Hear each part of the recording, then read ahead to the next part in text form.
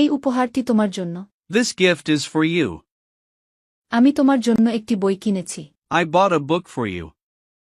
সে তার পরিবারের জন্য কঠোর পরিশ্রম করে। He works hard for his family.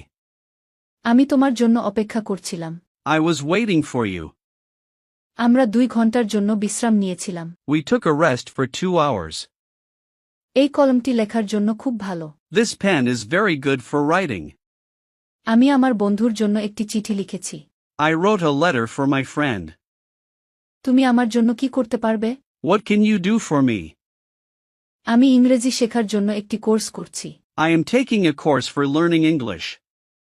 আমরা স্কুলের জন্য নতুন ইউনিফর্ম কিনলাম। We bought a new uniform for school. তুমি কি আমার জন্য একটু পানি আনতে পারবে? Can you bring some water for me? সে তার দেশের জন্য গর্ববোধ করে। He feels proud for his country.